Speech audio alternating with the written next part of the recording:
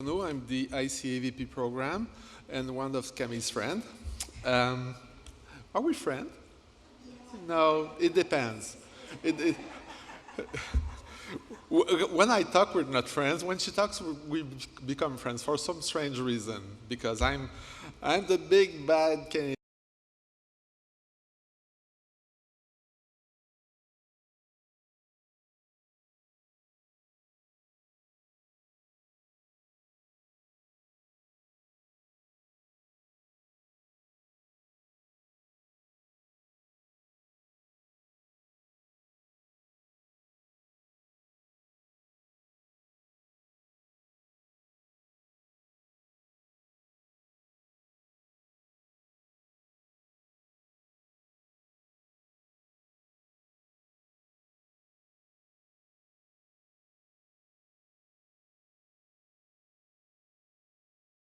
To them.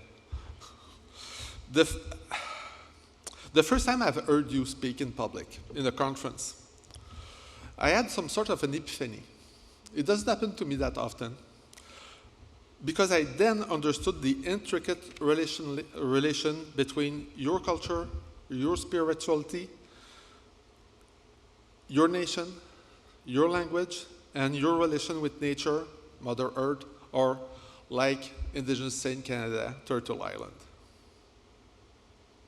It was a discovery because of you, of a complete knowledge system. Before that meeting, my Occidental mindset was creating subsystems instead of seeing it as a whole. It is not because I haven't read about Indigenous matters, because I didn't have relations with Indigenous people, because I had that opportunity all my life. It is because nobody spoke with such an eloquence and such intelligence about those links between those elements of your Indigenous knowledge system. I understood now that the whole is a lot more important than the subsystems that I had in mind. You are a militant for your nation. Your culture, librarianship, she's not perfect. Construction of bridges between communities, and you are an inspiration for many, for me. So it's your turn, my dear. Come and share with us.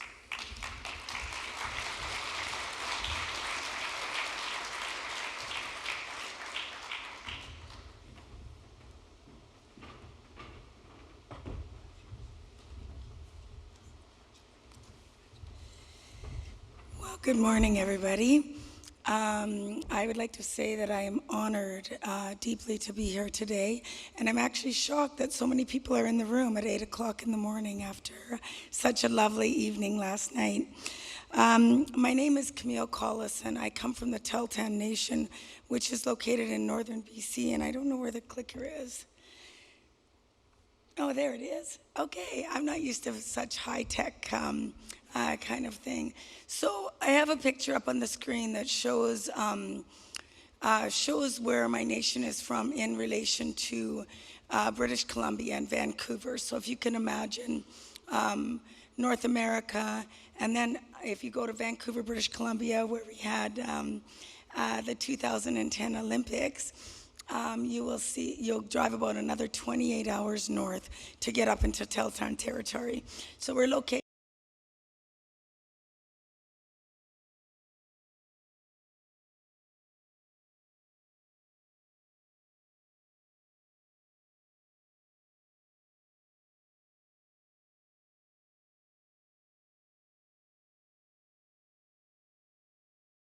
very honored to be here today, and I need to pay homage to the university where I work at the University of Manitoba, which is in the heart of Turtle Island.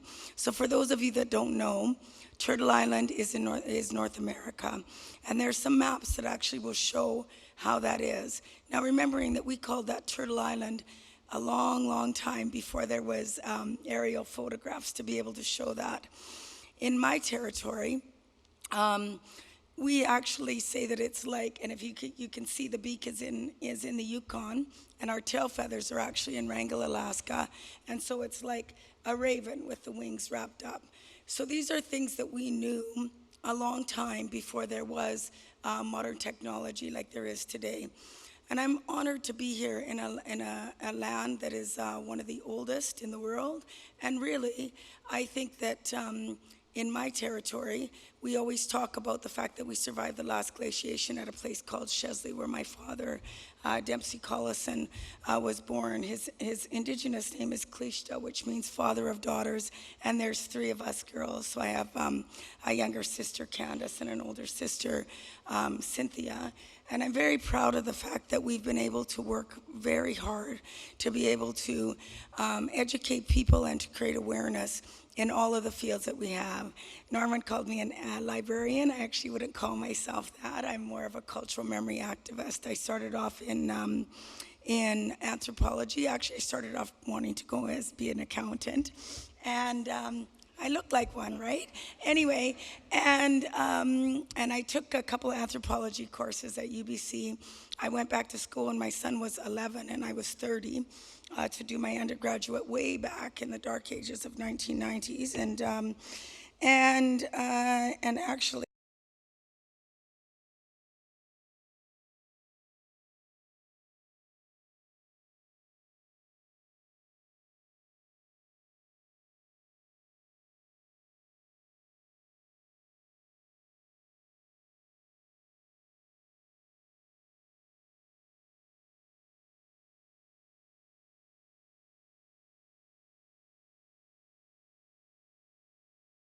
Librarian and archivist for Delgamutte. And for those of you who don't know, Delgamutte was a pivotal case in the Canadian legal history, and she organized all of the evidence for Delgamutte and all of the oral traditions. And that is when the courts acknowledged that our oral histories were actually legal evidence. And so she decided I organized this big event, because I'm quite good at organizing events apparently, and I organized this big event to help with 3 other people. My older sister was in law school and she volunteered me that I had to do it. And so I helped with that, and we organized a fundraiser for Wewaa Library, which is at the University of British Columbia, and located by the First Nations House of Learning there. And Jean's like, who is this Camille? Who is this Camille? So I met her, and she said to me, I want you to work with me. And I said, oh, I don't think I can, because, contrary to popular belief, we don't get free education as Indigenous people, and I had a student loan. And she said, no, I'm going to fill out all the paperwork, and you can work for me 10 hours a week. Well, that was my first introduction to library and archives, even though I'd spent half of my school education in a library or an archive hiding in there reading.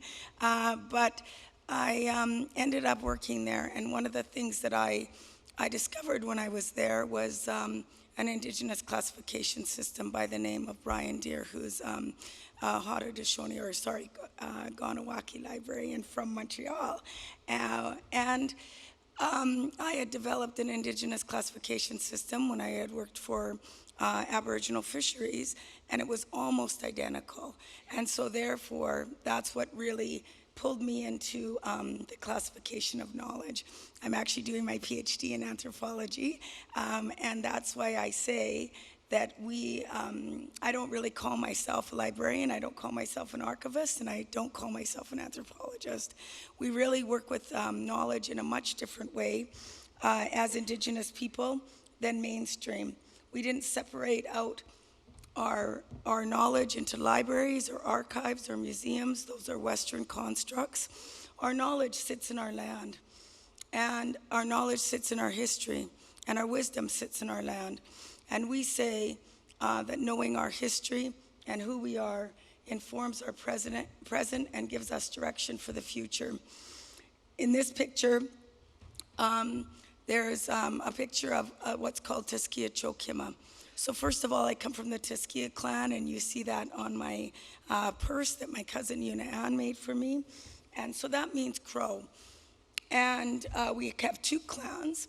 We're matrilineal people, so we follow our mother, and we like to tease our neighbors who are more patrilineal, that you always know who your mom is, so we know what clan we come from. And I think that part of that is that I'm very lucky to hold both a name, which means Estara in our language, that I was given by the late Liz Edzurza, who you see up in the left-hand corner there that I'm leaning over. And she gave me the name Estara, which means that I fly around crazy, like trying to share our traditional knowledge and to preserve it. I was very, very lucky to grow up as an outfitter's daughter, going out on the land and knowing our land. And you can see a picture there of our pack train and me with my horse and our Tahltan bear dog. And a picture of me on the Stikine Grand Canyon. It's Canada's Grand Canyon and the second largest in North America. Coming back to the Tiskia Chokima, it literally is translated as Tiskia, which is crow, but Tiskia Cho would be raven, and Kima means house. And within that structure there at the confluence of the Tahltan and Stikine River is where we say creation happened. And you can see on the relief that there's wings on that canyon. And if you want to Google Tahltan, you'll be able to look at more pictures of that. Within that, there's a highway up there, which is supposed to be a highway, but it's really like 30% grades gravel road that we keep and that we've traveled. Many of the trails in northern Canada, and especially in Tahltan country, follow along Tahltan trails. We were very fortunate enough to have one of the largest territories in British Columbia, 1/11 of the province of British Columbia. And we actually had our own territory at one point called the Stikine Territory, until there was a minor gold rush, and then we had Confederation in Canada. But knowing that we have lived there continuously for over 50,000 years is a very important and crucial point. But this is where the beginning of the Tahltan Nation happened, at this confluence. And that rock in the middle that you see there is called Thadu. And where the confluence, where the Stikine and the Tahltan rivers meet, it forms a mist. And in that mist, there's a rainbow. And that rainbow is called Kedidiklets, and that's my grandma's name. So my grandma is Ethel Kwok. And her younger brother always told us, the late Robert Kwok, that we belong to our land. We belong to our stories. No matter where I go, I wear my clan. And I remember one of my Niska girlfriends, who are our southern neighbors, said, "How do you know who's Tahltan?" And I said, I don't know. I guess, because we're tall and tanned and good looking and, whatever. And she goes, "No, because you tell us and you tell us and you tell us." Anyway, and I think that that's really important for us, that we're very proud of who we are. But remembering that we went through a colonial era. My dad is a residential school survivor. If you're in the session, you might hear our senior archivist, Raymond Frogner, talk about the National Center for Truth and Reconciliation. And that was really created out of a lot of work from many people. I think that I encourage people to go to that because it is our legacy. It's a dark legacy of Canada, remembering that when apartheid was created, it was created because they came and had a visit to Canada. So I've actually been around the world and talked to people about Canada's legacy with Indigenous people. And I've actually had some people say to me, "That's not true. That's not true. Canada isn't like that." Canada is like that. I'm very proud to be a Canadian. But we have to acknowledge the history and we have to tell the truth. I stand here today in a red dress because I want to honor Canada's murdered and missing Indigenous women and girls, of which at the last count that I looked at, there was over 4,000. We have more children in care today with child and family services that have been taken from their families than we ever did in residential school. It's continuing today, and we need to change that. And part of our job as archivists and social activists is to be able to make a difference and to tell the truth about that legacy and to be able to create change. And us even doing the truth telling and opening up our records and archival records to that, to people to be able to have access to do that research is super important for us to do. And it helps us to be able to empower Indigenous people. And I know this is the same for many countries that come from a colonial legacy, whether there was colonization done by many things. And I'm not all Indigenous. I'm Irish, and I'm English, and I'm Dutch, and so I'm not, and my ancestors aren't innocent either. But I think that it's important for us to recognize and to change that and to create a better future for next generations. If we don't come together and create and recognize that we're all human beings and that it's just skin pigment and culture that separates us, we won't leave a good legacy for our children. And this era of climate change, it's super important for us to come together and to create that commonality between our countries globally so that we can actually have a future for our children. So I'm very lucky that I always feel that I'm very lucky that I come from the Tahltan Nation. I also hold a name in the Niska Eagle clan, so Luxkee clan. My dad is Chiona, so we have two clans. We are Dene people who intermarried with the Tlingit people for peace. So we're button blanket people, and you'll see a picture there in our regalia. It's not a costume, it's not a Halloween costume, it actually is our regalia. And there we are, there in October 10th, 2010, and we're celebrating 100 years of the Tahltan Declaration. So our greatest chief, Nana Kwaka, was my great-great-grandfather. He decided we have never ceded or surrendered our land at the cost of our own blood, and we will never do that. So he created a declaration, and it went to the BC government, the Canadian government, and to the king at that time in England. I think that that's very important for us to recognize that sovereignty of Indigenous people and to empower Indigenous people to move forward. I think I'm going to move on to this slide, on to the next slide. I want to encourage you that work in cultural memory institutions to remember that you're super important in the reclamation of our history and that transfer of knowledge. In a time in Canada, there was what we called the potlatch ban, and until 1951, we weren't allowed to practice our traditions. We weren't allowed to pass things down. We weren't allowed to, we call them feasts, but they call them potlatches in the southern coast, and people weren't allowed to do sun dances, which is some of our ways of transferring our knowledge intergenerationally to the next generation. Because of that, many of our intangible and intangible histories were taken. They were recorded because apparently we were supposed to be a vanishing race. Well, I still stand here today despite all of those things. And I always say, but for the grace of the Creator, you know, I could have been one of those murdered and missing women. My community lives along the Highway of Tears. And I'm very fortunate that I've had many people in my life that have been able to encourage me. And education was the vehicle for me to be able to have a better life, and that's how I was taught, which I believe that many people here obviously felt the same thing. But remembering that we need to understand Indigenous people's sense of view, or sense of worldview, and that when you hold those items in your archives, and you don't allow access to it, it's a very painful thing.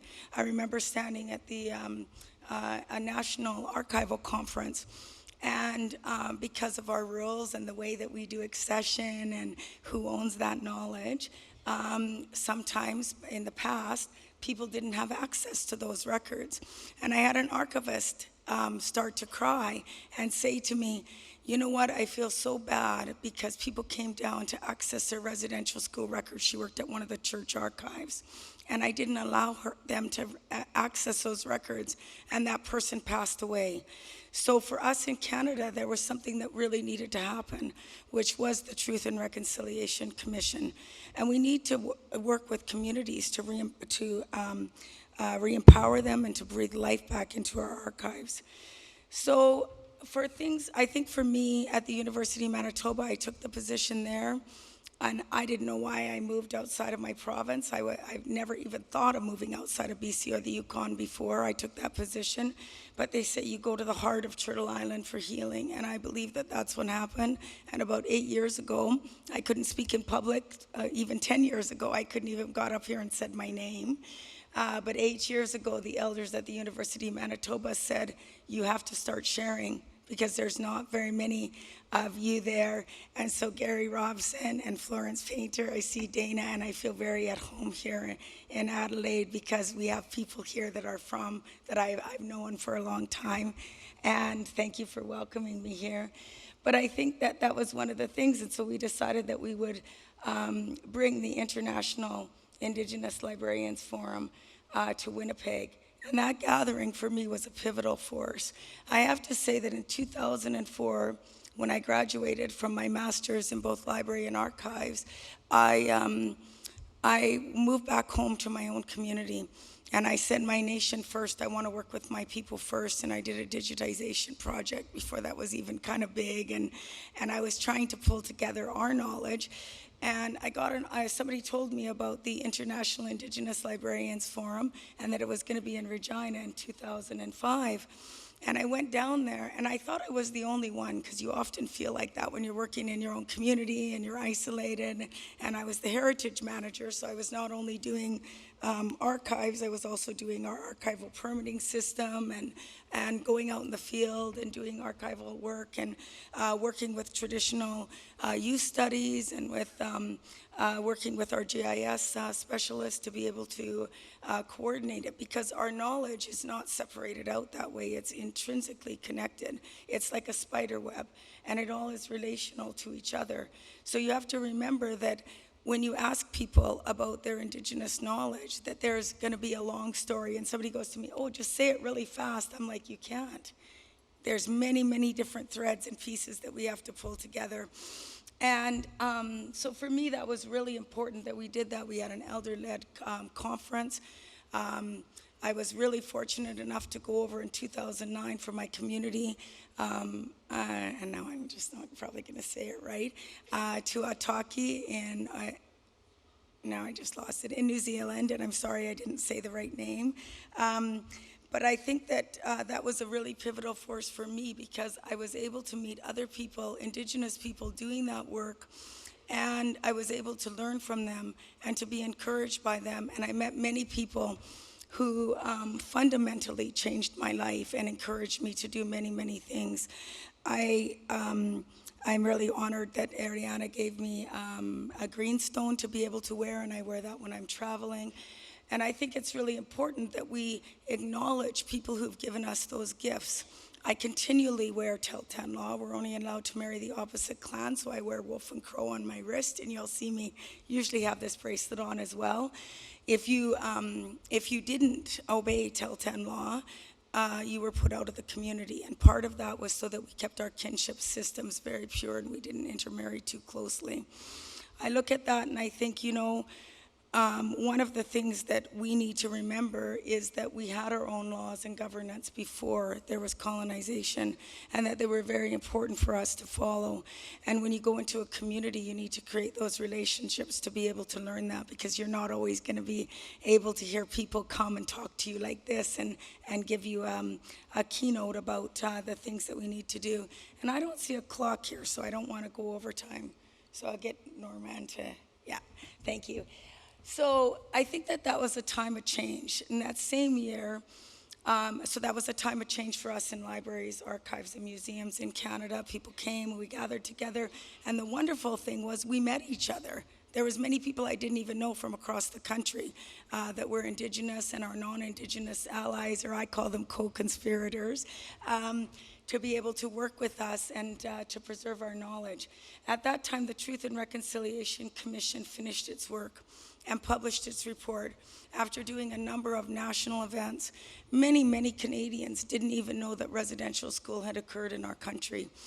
And some of them did know, but didn't realize what it was about, that children were forcibly apprehended from their families, put into residential school. My dad went to 2 residential schools in the Yukon. They were strapped if they spoke their language. Many were abused physically, sexually, and they were about killing the Indian in the child. And so I think that that was a really important thing. So part of when I got to the University of Manitoba, I was able to work on that bid, and we were able to ask them to bring their archives to the University of Manitoba. Simultaneously, the Canadian Library Association was no longer fiscally viable, and we created what we call the Canadian Federation of Library Associations, modeled after IFLA. And because I was in a small population province, I ended up being president of that library association, and I helped to found that, and we ended up with a seat at the table. I'm going to fast forward, but you're all going to be able to have this slide at the end. Part of what they asked me to do was to answer what those 94 calls to actions were from the TRC, and we formed a group of 45 people from across Canada, and we had Elder Norman Mead and a number of other people to be able to advise us. There's a critical need for us to create a community of practice. I believe there's a critical need for us to create a community of practice globally with Indigenous people, and we're going to see that happen tomorrow at the Indigenous Summit. So I'm really looking forward to that.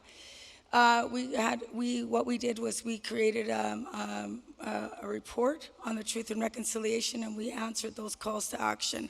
We did it in a way that was holistic because our knowledge is interconnected with each other, and we looked at a number of different things, whether it was decolonizing libraries in space or classification or naming.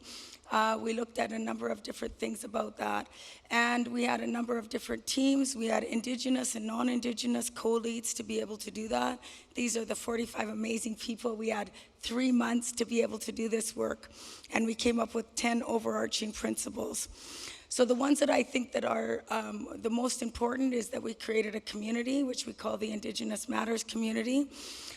We modeled that after IFLA, and I recently became the chair of IFLA Indigenous Matters section in Athens in the end of August. And one of the things that we did is we created a holistic wheel, and we asked archivists and other people that work in memory and in museums and in language to come and join us. So this is kind of where we did. We had 27 working groups that have worked on a number of things. Some of them have done reports. It was a year of Indigenous languages this year, so a hub came out for that to enable people to work with UNESCO. There was the Indigenous Ontology that we put out on Indigenous Peoples Day. We created a national hub. Another thing that we did is we talked about copyright, and there's a number of different things that I'm just going to scroll through.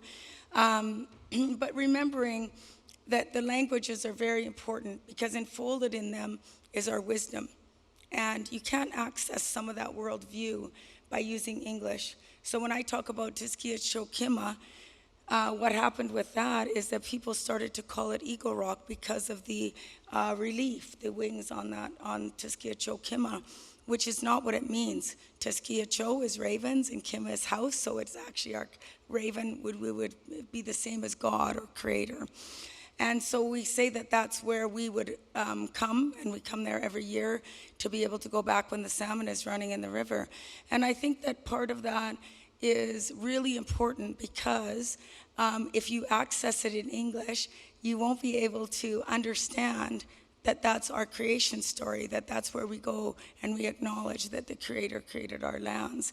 So I think that part of that is decolonizing our libraries or archives within our languages, having wayfaring signs that are going to be in our languages, working with the community where our libraries and archives and cultural memory institutions are established.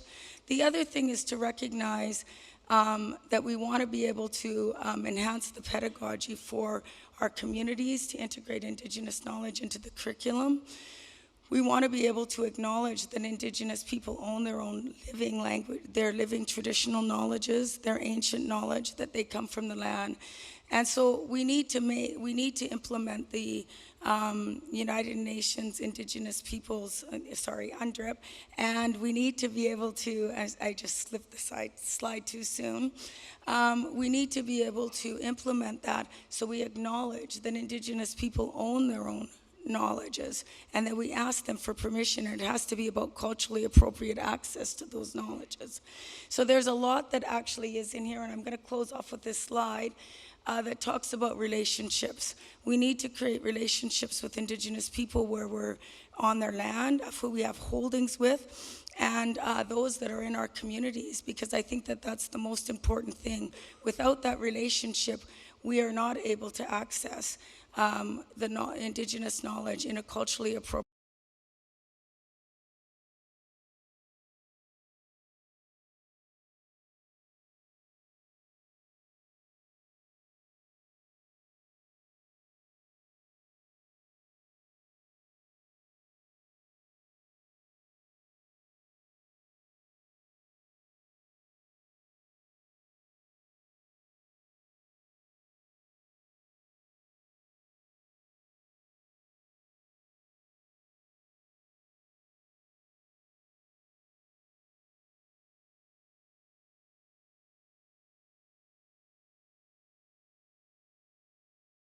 relationships.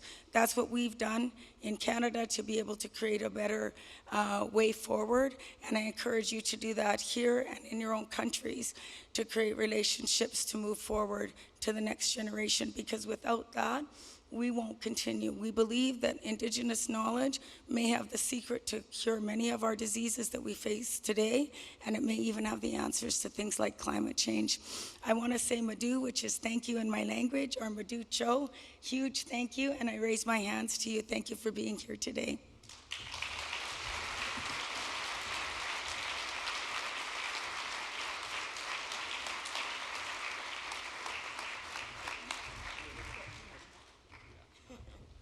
So we have 5 minutes for a few questions. So if somebody wants to ask a question to Camille.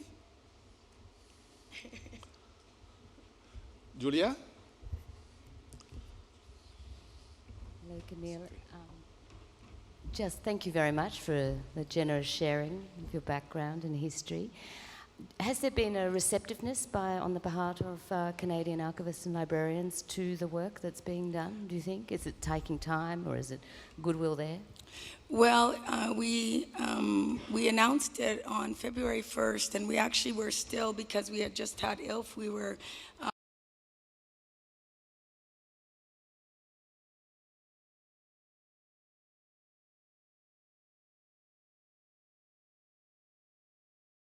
that are Indigenous from across the world.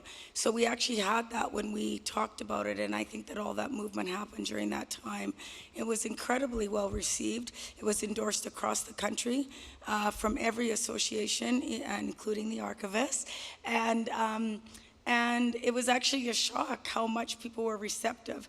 And I always say that I kind of banged my head against the wall for 10 years trying to do advocacy and create awareness in Canada about some of these issues. And then the Truth and Reconciliation Commission happened and delivered their report, and all of a sudden everything became about, oh, we want more Indigenous people, we want Indigenous speakers, we want this, we want that.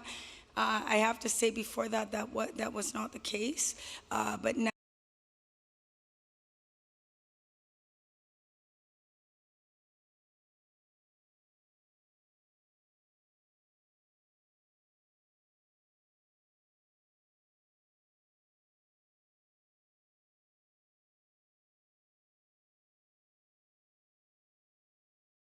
so we're working on trying to create a report for archivists to be able to implement in Canada.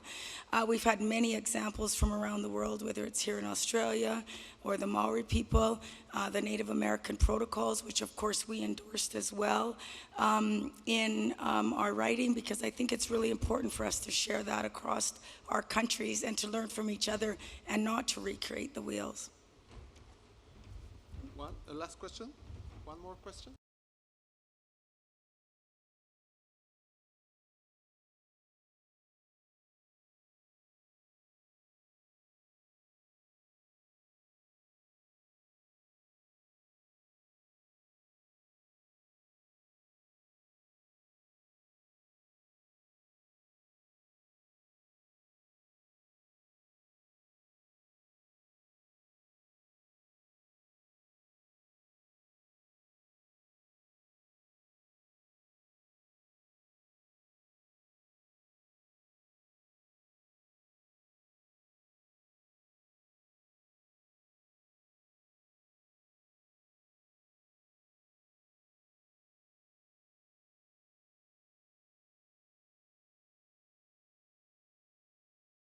because I wasn't part of it, and but I will say that part of the reason is because they did these national events across the country, and it was survivors that came forward with their testimonies and were willing to share.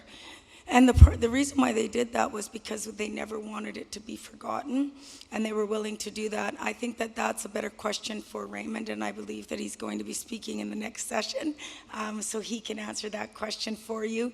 But I will say that our Prime Minister, Justin Trudeau, who's still our Prime Minister now, today, so he actually, he said that the government would be implementing those calls to action. We haven't seen them all be implemented. We haven't seen UNDRIP yet be implemented, but we're hoping for that change. So it was our last question, and thank you again, Camille. You did great at last.